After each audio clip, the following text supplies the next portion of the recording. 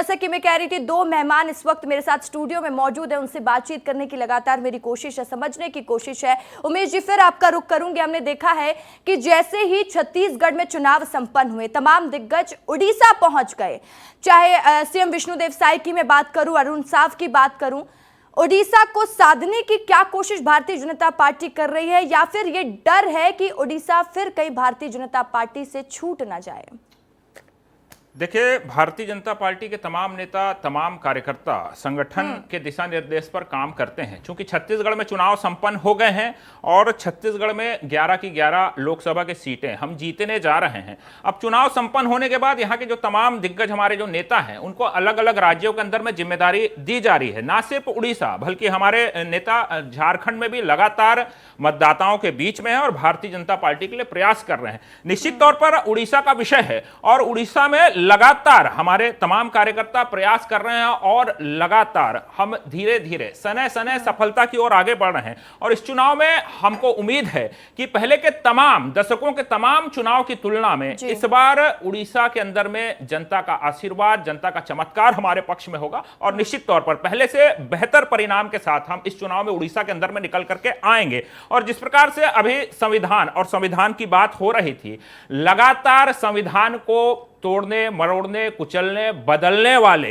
लगातार देश के अंदर में कैसे हालात निर्मित करने वाले, आपातकाल लगाने वाले, मौलिक अधिकार को छीनने वाले, इनकी प्रधानमंत्री अयोग्य हो जाए तो संविधान के साथ ये क्या करते हैं इसका उदाहरण देने वाले। उमेश जी, अभी आरोप तो ये भारतीय जनता पार्टी पर भी लग रहा है कि लोकतंत्र को भारतीय जनता पार्टी कुचल रही। विपक्ष, जैसा कि आप कह रहे हैं कि विपक्ष अभी आप लोगों के लिए बात कर रहा है, पहले जैसे आप लोग पूर्व प्रधानमंत्री के लिए बात कर रहे हैं। अमित श्रीवास्तव जी ये तो कह रहे हैं हम चमक रहे हैं, तो दूसरी तरफ हम देख रहे हैं कांग्रेस पार्टी की चमक भी कम हो रही है। आपके पार्टी के नेता दूसरी पार्टी में चले जा रहे हैं। जैसे जैसे एक चरण का मतदान संपन्न होता है, कुछ और छटनी हो जाती है, कुछ और लोग शामिल हो जाते हैं।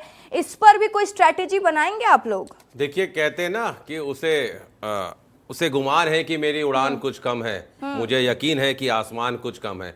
और रही बात, मैंने जैसा आपसे पहले ही कहा, ये अभी लोकतंत्र की बात कर रहे थे, तो लोकतंत्र का अपहरण करने वाले, लोकतंत्र का चीरहरण करने वाले, एक बार नहीं बार बार उसे तार तार करने वाले, आज अगर हमें उनसे सर्टिफिकेट लेने की आवश्यकता नहीं है। और रसिका जी, मैंने तो पहले ही कहा, यह संविधान की बुक नहीं है, ये 140 करोड़ हिंदुस्तानियों की ताकत है। और ये अगर हम नहीं कहते, हमने नहीं कहा, आपने कहा, निश्चित तौर पे संविधान पे समय समय पे संशोधन हुए हैं, लेकिन आपके ही अनंत हेगड़े साहब ने, ज्योति मिर्गा ने, लालू सिंह ने, लल्लू सिंह ने सब कहा हमारी 400 सीट आने दीजिए, हम संविधान को बदलेंगे।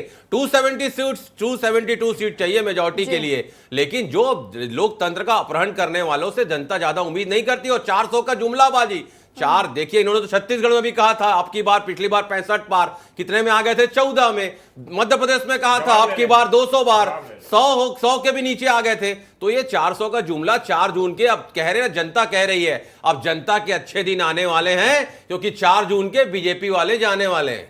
अच्छा, तो देखिए 4 जून को बीजेपी जाने वाली है, ये कहना अमित श्रीवास्तव का। कह रहे हैं कि कांग्रेस की सरकार बनेगी। अब कांग्रेस की सरकार कैसे बनेगी ये भी अमित जी समझा दीजिएगा, क्योंकि आपके कई कैंडिडेट, देखिए इंदौर के चुनाव की बात कर लूंगी, आज इंदौर का जो चुनाव हो रहा है वो बीजेपी कैंडिडेट और नोटा के बीच में हो रहा है। क्यों?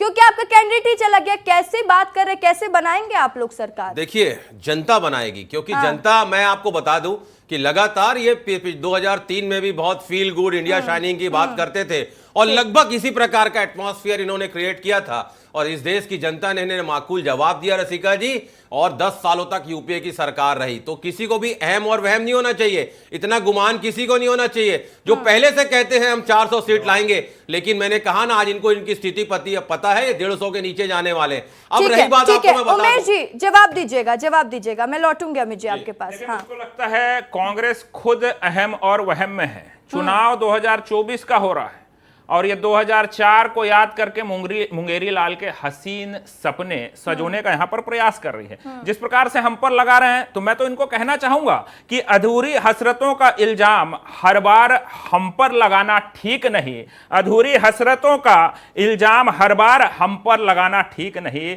वफा खुद से होती नहीं और ठीकरा हम पर फोड़ना ठीक नहीं।